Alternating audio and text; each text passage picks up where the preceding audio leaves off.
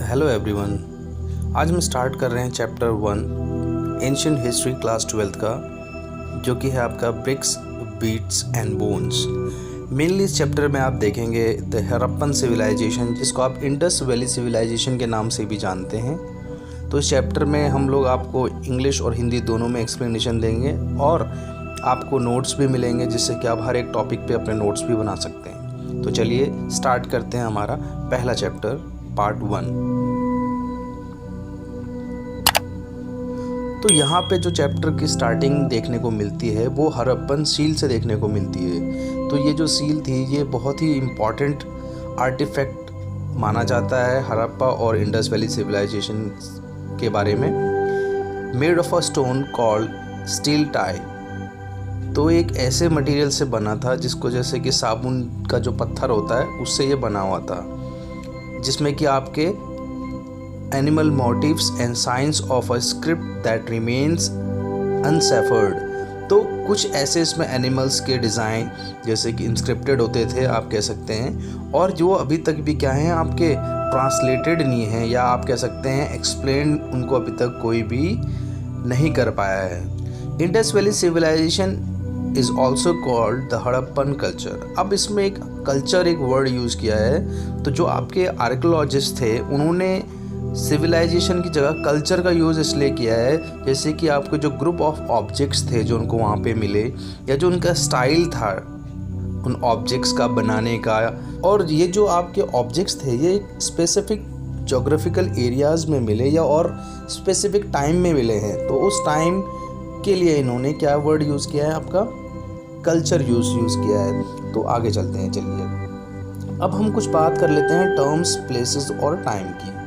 In the case of the Harappan culture these distinctive objects include seals, beads, weights, stone blades and even baked bricks. तो ये सारी चीज़ें आपको Harappan culture में देखने को मिलती हैं। These objects were found from areas as far as Afghanistan, Jammu, Balochistan, Pakistan, and the civilization is dated between 2600 to 1900 BCE। तो इस बीच में मेनली जो आपका हड़प्पन कल्चर है या जो आपका इंडस वैली सिविलाइजेशन है उसको टाइम दिया गया है। आपको इस चीज़ को ध्यान रखना है।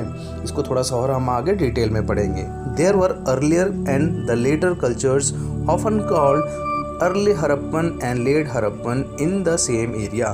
तो उसी जगह पे जहाँ पे आपका मेन हड़प्पन सिविलाइजेशन जो आपका डेवलप हुआ था, तो उसको 3 फेजेस में इन्होंने कहा गया है, जिसको कि अर्ली हड़प्पन कल्चर और लेट हड़प्पन कल्चर के नाम से आप जानते हैं। चलिए आगे देखते हैं। The Harappan civilization is sometimes called the mature Harappan culture. जैसे कि मैंने अभी आपको बताया, जो आपका मेन हड़प्पन सिविलाइजेशन था वो आपका 2600 से लेके 1900 BC तक था। तो उससे पहले का जो समय था वो अर्ली हड़प्पन था, और उसके बाद जो था वो लेट हड़प्पन था। तो इसलिए जो मैच्योर हुआ, जो एक तरीके से पूरी तरीके से जो सिविलाइजेशन डेवलप हुई, वो मैच्योर हड़प्पन कब हुई? 2600 से लेके 1900 BCE के बीच में हुई। ठीक है। अब यहाँ पे आप कई बार हिस्ट्री में कुछ वर्ड्स देखते हैं, BC हो गया या BCE हो गया या CE हो गया, AD हो गया, इनको भी हम ये आगे देखते हैं। और आप नीचे आपको मैंने मेंशन किया हुआ इनका टाइम। अर्ली हड़प्पन का जो टाइम है वो 3300 टू 2600 BC है। उसके बाद आपका मैच्योर हड़प्पन है, एंड देन आपका लेट हड़प्पन जो उसके बाद था, तो 1900 से लेके 1300 BC तक था। ठीक है। अब हम डिस्कस कर लेते हैं शॉर्ट फॉर्म। अक्सर आपने BC लिखा होगा, तो BC का फुल फॉर्म है आपका बिफोर क्राइस्ट। जो क्राइस्ट से पहले का जो समय था, एक देखो समय को एक डिफ्रेंशिएट करने के लिए, एक पैरामीटर बनाने के लिए हिस्ट्री में ये वर्ड्स रखे गए हैं। इन पैरामीटर से ये पता चलता है these were the events which happen before this time, after this time. तो इन चीज़ों को डिस्टिंग्विश करने के लिए आपका इन फॉर्म्स का यूज़ किया जाता है। जैसे कि आपके पास मैंने बताया अभी BC, तो BC का मतलब बिफोर क्राइस्ट, क्राइस्ट से पहले। ठीक है। That is equals to BCE, वो BCE के इक्वल होता है बिफोर द कॉमन एरा।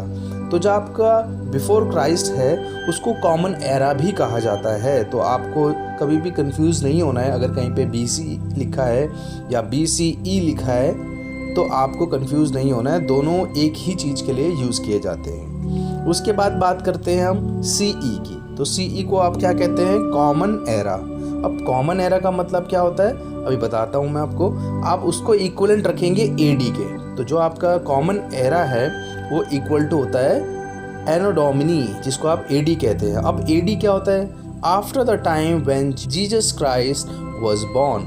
तो जीसस क्राइस्ट से पहले तो हो गया आपका BC और BCE, और जब जीसस क्राइस्ट बॉर्न हो गए उसके बाद का जो टाइम है वो आपका क्या हो गया? कॉमन एरा CE या एना डोमिनी AD। क्लियर हो गया होगा आपको इतना? ठीक है, तो चलिए आगे देखते हैं। अब आपके पास देखिए यहाँ पे मैप है, तो आप इससे देख सकते हैं जो आपका मैच्योर हड़प्पन साइट्स थी वो कहाँ कहाँ पर थी। आप देख सकते हैं सेंटर आपको हड़प्पा मिल जाएगा सतलज रिवर के पास, आपके पास रावी, चिनाब, झेलम रिवर के नीचे आपको हड़प्पा दिख जाएगा। उसी की तरह आप चलेंगे, आप नीचे की तरफ आएंगे, इंडस रिवर की साइड आएंगे तो आपको मोहनजोदारो मिल जाएगा। तो ये मेन आपकी साइट्स थी। उसके नीचे आप आएंगे तो आपको बालाकोट देखने को मिलेगा, ठीक है। और आप अगर आप ईस्ट की तरफ आएंगे तो आपको धोलावीरा देखने को मिलेगा, लोथल आपको देखने को मिलेगा नॉर्थ की तरफ, ठीक है, जहाँ पे आपकी नर्मदा रिवर है। तो ये सारे आपके क्या हैं, आपका जो मैच्योर, जो आपका मेन हड़प्पन जो सिविलाइजेशन था वो इस एरिया में आपका डेवलप हुआ था, ठीक है। आगे देखते हैं। अब जो आर्कियोलॉजिकल जो कल्चर्स हैं जो आपके मैच्योर हड़प्पन सिविलाइजेशन के लिए हैं वो क्या कहते हैं? अब ये जो कल्चर है वो किससे एसोसिएटेड करते हैं? वो जो आपका distinctive pottery, evidence of agriculture and pastoralism and some crafts. तो जो अभी है वहाँ पे आपके पोट्री का वर्क, मतलब जो आपके मिट्टी के जो बर्तन बनते हैं उसके जो एविडेंसेस हैं, एग्रीकल्चर के जो एविडेंसेस हैं, उससे उन्होंने एक जो आपका मैच्योर हड़प्पन कल्चर को डिसाइड किया है। सेटलमेंट्स वर जनरली स्मॉल। तो जो आपके जो सेटलमेंट का मतलब जहाँ लोग रहते हैं, सेटल होते हैं, वो क्या थे? स्मॉल होते थे, ठीक है। And there were virtually no large buildings. तो वहाँ पे जैसे आज आप देखते हैं मल्टी स्टोरेज बिल्डिंग्स होती है, वहाँ पे मल्टी स्टोरेज बिल्डिंग नहीं देखने को मिलती थी। It appears that there was a break between the early Harappan and the late Harappan civilization. तो इनके बीच में ब्रेक देखने को मिलता है। तो चलिए आगे थोड़ा सा और डिटेल में देखेंगे आपके मैच्योर हड़प्पन कल्चर को। Mature Harappan culture developed in the some of the areas occupied by the early Harappan culture. तो जो आप मैप देख रहे हैं लेफ्ट साइड में, ये आपका क्या है? अर्ली हड़प्पन कल्चर है। आप देखेंगे, डिफ्रेंशिएट कर लेंगे आप, मैप में देखेंगे आप तो देखिए आपका जो मैच्योर हड़प्पन कल्चर है वो कितना ज़्यादा फैला हुआ है, ठीक है। बट अगर आप बात करें अर्ली हड़प्पन कल्चर की तो वो आपका वेस्ट साइड में ज़्यादा देखने को मिलता है। तो वो ये कह रहे हैं कि जो आपका मैच्योर हड़प्पन कल्चर था वो एक तरीके से उसी जगह पे मैच्योर हुआ जहाँ पे अर्ली हड़प्पन कल्चर था। The Harappan at a wide range of plants and animal products including fish. तो ये सारे उनके आपके डाइट्स में होते थे। Archaeologist have been able to reconstruct dietary practices from finds of charge, grains and seeds. तो वहाँ पे आपको जो मूर्ति पूजा होती है या जो भगवान की जो पूजा होती है वो भी वहाँ पे देखने को उनको मिलता है आर्कियोलॉजिस्ट को। These were studied by archaeobotanists who were specialists in ancient plant remains। तो इन चीज़ों के बारे में आर्कियोबॉटनिस्ट ने आपको क्लियर किया कि ये लोग प्लांट्स का भी यूज़ करते थे। Grains found at Harappan site include wheat, barley, sesame. ये सारे आपके उसके ग्रेन्स यहाँ पे देखने को मिलते हैं। जो आपका मिलेट है वो मेनली कौन से साइड से देखने को मिलता है? गुजरात से देखने को मिलता है। और जो आपका राइस था वो बहुत रेयरली वहाँ पे उसके एविडेंस देखने को मिलते हैं। अब हम आगे चलते हैं। Animal bones found at Harappan site include those of cattle, sheep, goat, buffalo and pig. तो ये सारे आपके वहाँ पे बोन्स देखने को मिलते हैं एनिमल्स के। Studies done by archaeologist, Jio archaeologist indicated that these animals were domesticated। domesticated मतलब इनको वो लोग पालते थे। bones of wild species such as boar, deer, घड़ियाल were also found। तो ये जो आपके वाइल्ड एनिमल्स थे, बोर, डीर और घड़ियाल, इन सबको आपको क्या है, ये आपके वाइल्ड एनिमल्स, उसके भी उनको एविडेंस वहाँ पे देखने को मिलते हैं। We do not know whether the hunted these animals themselves or obtained meat from the hunting communities। तो इस चीज़ का कोई प्रूफ नहीं है कि ये लोग खुद इनको मारते थे, हंटिंग करते थे अपने फूड के लिए, या कोई हंटिंग कम्युनिटी थी जिस पे लोग डिपेंड थे और उनसे ये लोग मीट को खरीदते थे। Agriculture techniques, the prevalence of agriculture is indicated by the finds of grain. तो जो आपका एग्रीकल्चर है उसका जो प्रूफ है वो कहाँ से मिलता है? जो भी वहाँ पे ग्रेन्स उनको मिले हैं, ग्रेन्स के जो एविडेंस मिले हैं उससे पता चलता है कि एग्रीकल्चर भी वहाँ पे आपका एग्जिस्ट करता था। It is most difficult to reconstruct actual agriculture practices. तो पर ये बहुत ही ज़्यादा डिफ़िकल्ट है कि बता पाना कि एक्चुअली वहाँ पे एग्रीकल्चर प्रैक्टिसेस थी या नहीं। Representations on seals and terracotta sculpture indicate that the bull was known, and archaeologists extrapolate from this that the oxen were used for plugging। तो जो भी वहाँ पे आपके सील्स देखने को मिले हैं, या टेराकोटा एक मटेरियल होता है जिसके स्कल्पचर बनाते थे वो लोग, स्कल्पचर्स से ये पता चलता है कि ऑक्सन का यूज़, बैल का यूज़ वो लोग करते थे खेत में जुताई करने की। Terracotta modules of fields were found in the Cholistan, Banawali, Haryana. तो आपके जो फील्ड्स के जो प्रूफ उनको मिले हैं वो चोलिस्तान, जो कि आज का पाकिस्तान जिसे आप कह सकते हैं, और बनावली, हरियाणा से देखने को मिलते हैं। Archaeologist have also found evidence. तो और भी जगह से, जैसे कालीबंगन से इनको, जो कि राजस्थान में है, वहाँ से भी इनको अर्ली हड़प्पन के जो लेवल्स हैं, वहाँ के जो एग्रीकल्चर फील्ड्स हैं उसको देखने को मिलते हैं। और जो आपके क्रॉप्स थे, मेनली वहाँ पे 2 तरीके की क्रॉप्स होने का इनको एविडेंस मिलता है। आगे देखेंगे हम टूल्स ऑफ हार्वेस्टिंग। तो आप टूल्स ऑफ हार्वेस्टिंग में सबसे पहले archaeologist have also tried to identify the tools used for harvesting. तो वहाँ पे कुछ ऐसे टूल्स मिले हैं जिसको एसोसिएट करने की कोशिश करी है आर्कियोलॉजिस्ट ने कि मे बी ये सारे टूल्स एग्रीकल्चर के लिए यूज़ किए गए होंगे। Did the Harappan use stone blades set in the wooden handles और did they use metal tools? तो ये सारा कन्फ्यूजन उनको लगता है कि क्या ये आपके एग्रीकल्चर के लिए यूज़ होता था, वुडन हैंडल्स इनके थे, या मेटल टूल्स को यूज़ करते थे। इरिगेशन, अब इरिगेशन के लिए क्या था? Harappan sites are located in the semi arid lands where irrigation was probably required for agriculture. Traces of canal have been found at the Harappan site of Sotagai in Afghanistan, but not in the Punjab और सिंध। तो धोलावीरा में आपको जो reservoir मिला है उससे ये भी आप अनुमान लगा सकते हैं आर्कियोलॉजिस्ट की मे बी वहाँ पे जो एग्रीकल्चर के लिए आपकी कैनाल्स का यूज़ किया जाता था, और जो आपका रिजर्वायर्स हैं वो वाटर को स्टोर करने के लिए वो लोग यूज़ करते थे। आप नीचे देख सकते हैं तो water reservoir found in Dholavira. तो इस तरीके के वहाँ पे आपको वाटर रिजर्वायर देखने को मिले हैं। तो चलिए हम आगे चलते हैं। अब मोहनजोदारो, अ प्लान्ड अर्बन सेंटर। अब जो मोहनजोदारो था वो आपका एक तरीके से प्लान अर्बन सेंटर उसको क्यों कहा गया है, चलिए देखते हैं। Perhaps the most unique feature of the Harappan civilization was development of urban centres. तो अर्बन सेंटर को बनाना एक तरीके से मोस्ट यूनिक फीचर था किसका? हड़प्पन सिविलाइजेशन का। अब आप देख सकते हैं, आप पिक्चर में देखेंगे कि किस तरीके से इस सेंटर को बनाया गया है। आपको बीच में रोड देखने को मिलेगी, ठीक है, दोनों तरफ उसके कंस्ट्रक्शन आपको देखने को मिलेगा, ठीक है। Although Mohenjodaro is the most well known site, the first site to be observe was Harappa. अब मोहनजोदारो एक तरीके से बहुत फेमस है आपका सिविलाइजेशन का, पर जो पहली साइट जो आपकी डिस्कवर हुई थी वो कौन सी थी? हड़प्पा थी। अब हम आगे चलते हैं, सेटलमेंट्स की बात करते हैं कि किस तरीके से मोहनजोदारो में सेटलमेंट था, लोग किस तरीके से वहाँ रहते थे।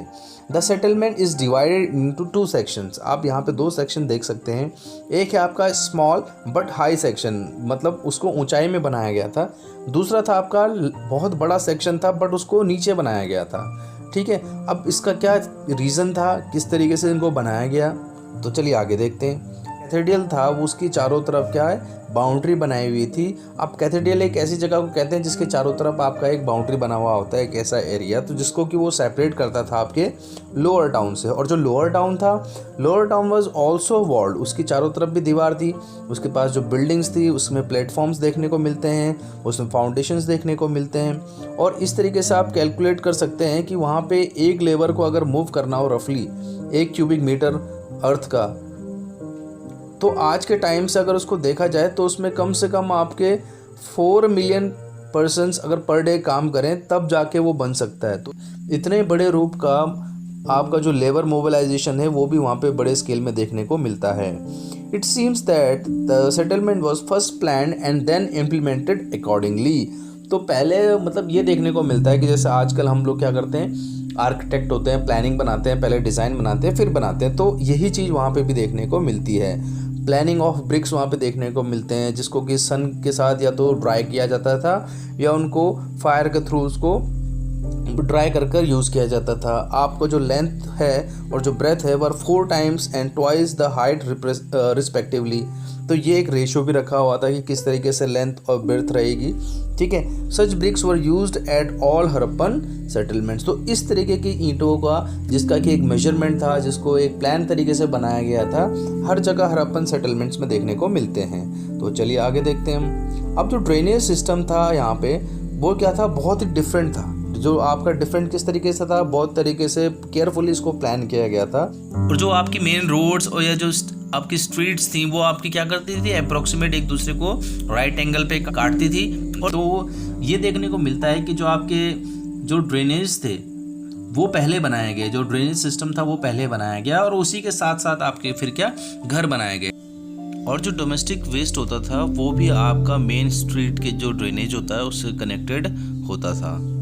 डोमेस्टिक आर्किटेक्चर मतलब जो आपका घर था या जो लोकेलिटी थी वो कैसे बनी हुई थी। Scholars have estimated that the total number of wells in Mohenjo-daro was about 700। तो आप देख सकते हैं इतने सारे वेल्स वहाँ पे हो सकते हैं। स्कॉलर्स का ये कहना है इतने वहाँ पे आपके एस्टिमेट किया है उन्होंने कि इतने हो सकते हैं। हर एक घर में क्या होता था, आपके पास कोर्टयार्ड होता था जो प्रोबेबली घर का सेंटर होता था, जो कि हर एक रूम से कनेक्टेड होता था।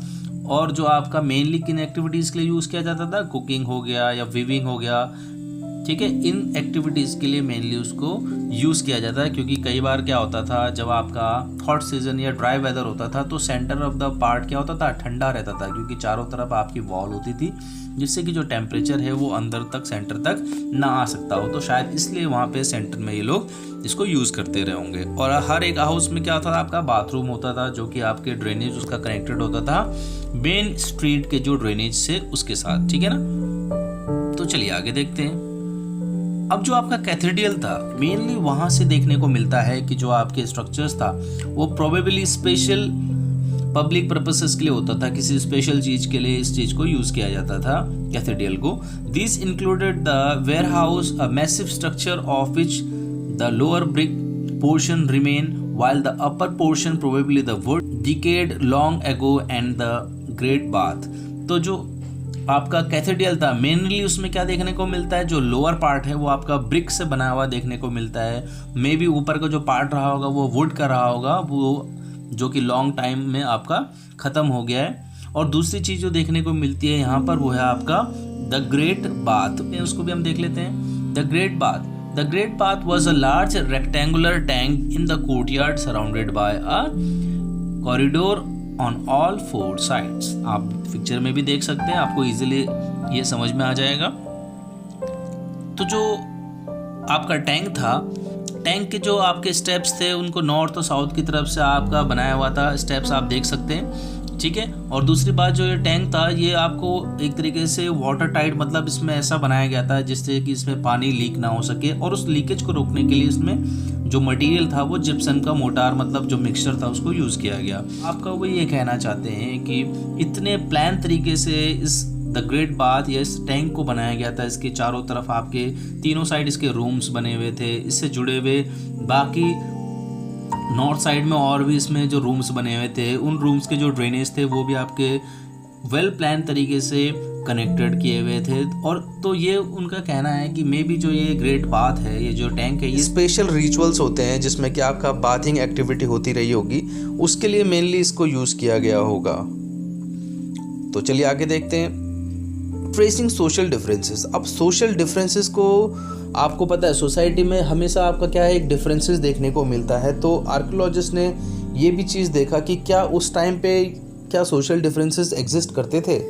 तो चलिए देखते हैं। अब जो बरियल्स थे, जो बरियल्स मतलब जहाँ दफनाया जाता है, वहाँ से ये आर्कियोलॉजिस्ट हमेशा चीज़ों को देखते हैं। तो बरियल्स से बात करते हैं हम। तो आर्कियोलॉजिस्ट ने आपके बरियल्स से ही आपका डिफरेंशिएट करने की कोशिश करी कि वहाँ से क्या आपके डिफरेंट क्या कैसे क्या वहाँ पे कोई डिफरेंसेस थे बरियल सिस्टम में, तो चलिए देखते हैं। कई बार ऐसे आपके जो आपके पिट्स थे उस तरीके से बनाए होते थे जिसमें कि चारों तरफ आपकी ईंट देखने को मिलती है, तो थोड़े से डिफरेंसेस वहाँ पे उनको देखने को मिलते हैं।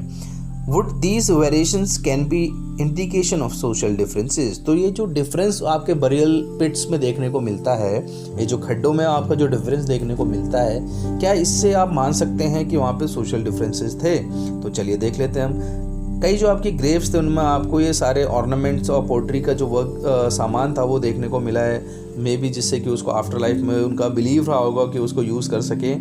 Jewellery has been found in burials of both man and women. आपकी ज्वेलरीज भी वहाँ पे उनको देखने को मिली है, जैसे 1980s में वहाँ से देखने को मिला है, जिसमें कि आपकी एक माला थी, जिसमें कि आपके रिंग्स थे, एक जिस पर एक मटेरियल था जो कि एक थोड़ा सा ज़्यादा महंगा भी नहीं बट एक अच्छा एक महंगा स्टोन उसमें यूज़ किया हुआ था। उसमें आपके मालाओं के जो मोती होते हैं, जो दाने होते हैं, वो भी उसमें बहुत सारे देखने को मिले हैं।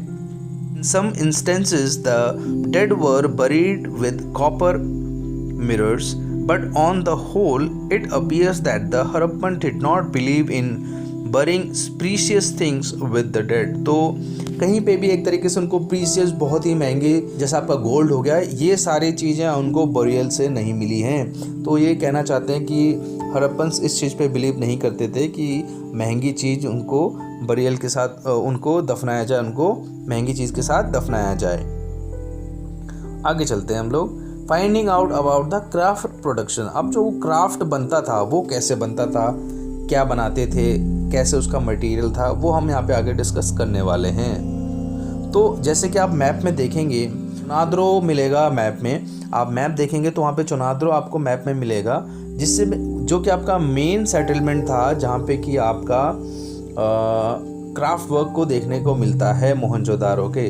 तो मोहनजोदारो का जो आपका चुनाद्रो था वो आपका मेन सेंटर था आपका क्राफ्ट मेकिंग के लिए। आप क्राफ्ट मेकिंग में क्या क्या होता था, बीड मेकिंग था, शेल कटिंग था, मेटल वर्किंग था, सील मेकिंग था, वेट मेकिंग था। तो ये सारी चीज़ें वहाँ पे देखने को मिलती हैं। अब जो वैरायटी ऑफ मटेरियल यूज़ किया जाता है बीड्स में वो भी बहुत अलग अलग था। वहाँ पे स्टोन्स देखने को मिलता था कि ब्यूटीफुल रेड कलर का एक स्टोन होता है, जेस्पर देखने को मिलता है, क्रिस्टल देखने को मिलता है। तो ये डिफरेंट टाइप के मटेरियल्स थे आपके, गोल्ड हो गया, कॉपर हो गया, ब्रॉन्ज हो गया, ये सारे आपको वहाँ पे टेराकोटा हो गया, क्ले हो गया, इन सब चीज़ों से वहाँ पे आपका क्या होता था, क्राफ्ट वर्क किया जाता था या आपके बीड्स को बनाया जाता था। कुछ बीड्स ऐसे होते थे जो एक से ज़्यादा आपके मटेरियल या आपके स्टोन से बनाया जाता था। जैसे कोई मटेरियल है उसमें आपका गोल्ड का कैप लगाया जाता था। शेप्स उनकी अलग अलग होती थी, सिलेंड्रिकल शेप होती थी, ठीक है, स्क्वायर में होती थी, आपका स्फेरिकल होती थी, अलग अलग टाइप के वहाँ पे शेप्स देखने को मिलते हैं बीड्स के। अब हम बात करते हैं जो आपका जो स्ट्रेटजीज थी प्रोक्योरिंग मटेरियल्स कैसे आते थे। तो वैरायटी ऑफ मटेरियल्स, अब जो डिफरेंट टाइप के मटेरियल्स ये लोग यूज़ करते थे प्रोडक्शन में, जैसे कि क्ले हो गया, ठीक है, और भी स्टोन्स हो गए, टिम्बर हो गया, मेटल हो गया, ये बाहर से मंगाए जाते थे, बाहर से लाए जाते थे। इस तरीके का एविडेंस इनको देखने को मिलता है। टेराकोटा के जो टॉय मॉडल हैं आपके पास, जो आपके ब्लू कार्ड्स को सजेस्ट करते हैं, उससे ये देखने को मिलता है कि जो आपका ट्रांसपोर्टिंग जो फैसिलिटी थी या जो वहाँ पे सिस्टम था, ट्रांसपोर्टिंग जो सिस्टम था वो आपका मेनली आपका ब्लू कार्ड से किया जाता था अक्रॉस द पीपल या लैंड, ठीक है ना। जो रिवर राइन का जो रूट था, इंडस और उसके जो ट्रिब्यूटरीज थे उसके साथ जो उसके कोस्टल रूट्स थे वो भी प्रोबेबली वहाँ पे यूज़ किए गए होंगे, क्योंकि वाटर के थ्रू भी आपका जो ट्रांसपोर्ट है वो किया गया होगा, ठीक है। Materials from the sub continent and beyond. तो जो आपका मटेरियल था क्राफ्ट के लिए या अदर बाकी जो भी रिसोर्स के लिए, वो आपका जो अपनी साइट्स हो गया, जो आपका सब कॉन्टिनेंट मतलब जो बाकी कॉन्टिनेंट्स हो गए आसपास के, या उससे दूर से जो मंगवाए जाते थे या आते थे, उस चीज़ के लिए कैसे स्कॉलर्स ने या आर्कियोलॉजिस्ट ने किस तरीके से इसको देखते हैं वो भी हम डिस्कस कर लेते हैं। तो ये कुछ साइट्स थी जहाँ पे आपका मेनली क्या देखने को मिलता है, उनको सेटलमेंट्स देखने को मिलते हैं जहाँ से कि आपके शेल को इंपोर्ट किया जाता था, वहाँ से लोग लेके आते थे। और मेनली जो कई एरियाज़ जो दूर भी थे, जैसे कि सोतुगई आपका जो अफ़गानिस्तान से थोड़ा सा दूर है। दूसरी चीज़ आपके ब्लू स्टोन था, जो कि आपका जिसको कि वो एक तरीके से लेपियस लजुली के नाम से कहते थे, जो कि लोथल में के एरिया से इनको गुजरात में वहाँ से देखने को उसको एविडेंस मिलते हैं। स्टेटाइल जो था वो आपका राजस्थान गुजरात से देखने को मिलता है। तो आप मैप में भी देख सकते हैं किस तरीके से जो हड़प्पन सिविलाइजेशन था वो पूरे वेस्ट एशिया में एक तरीके से फैला हुआ था। ठीक है, आगे चलते हैं हम लोग। अब जो कई बार क्या होता था कि जो रिसोर्स होते हैं, जब आपके पास कमी पड़ती है तो आप क्या करते हैं, उनकी खोज में जाते हैं। तो एक्सपीडिशन का जो एरिया था वो भी इनका कई बार बढ़ता चला जाता था, जैसे कि वो राजस्थान के एरिया तक आते थे और जो साउथ पार्ट है इंडिया का वो वहाँ तक पहुँच जाते थे गोल्ड के लिए। This expedition established communication with local communities. तो जिससे कि क्या हुआ, आपका जब वो एक्सपेडिशंस आए तो लोकल कम्युनिटी के साथ उनका क्या हुआ, कम्युनिकेशन देखने को मिलता है। ओकेजनल फाइंड्स और Harappan artefacts such as striated micro beads in these areas were indications of such contact. तो क्योंकि अब क्या है कि आपका राजस्थान हो गया या साउथ इंडिया हो गया, वहाँ पे भी कुछ एविडेंस आपको देखने को मिलते हैं किसके, माइक्रोबीट्स के। तो जिससे कि ये कहा जा सकता है कि यहाँ भी उनका कांटेक्ट रहा होगा। Logical find suggest that copper was also probably brought from Oman, south eastern tip of the Arabian peninsula. तो कि ओमान कहाँ है, आपका अरेबियन पेनिनसुला में मिलता है, जो कि आपका मेनली किस चीज़ के लिए वो इम्पोर्टेंस रखता था, कॉपर के लिए। Chemical analysis have shown that both the Omani copper and the Harappan artifact have traces of nickel, suggesting a common origin। तो दोनों को अगर आप केमिकली एनालाइज किया है उन्होंने, तो उससे क्या मिलता है, निकल देखने को मिलता है, जो कि एक मेटल है, और दोनों एक ही तरीके के ओरिजिन देखने को मिलते हैं कि एक ही जगह से पैदा हुए हैं, क्योंकि उनमें एक जैसी क्वालिटी देखने को मिलती है। There are other traces of contact as well।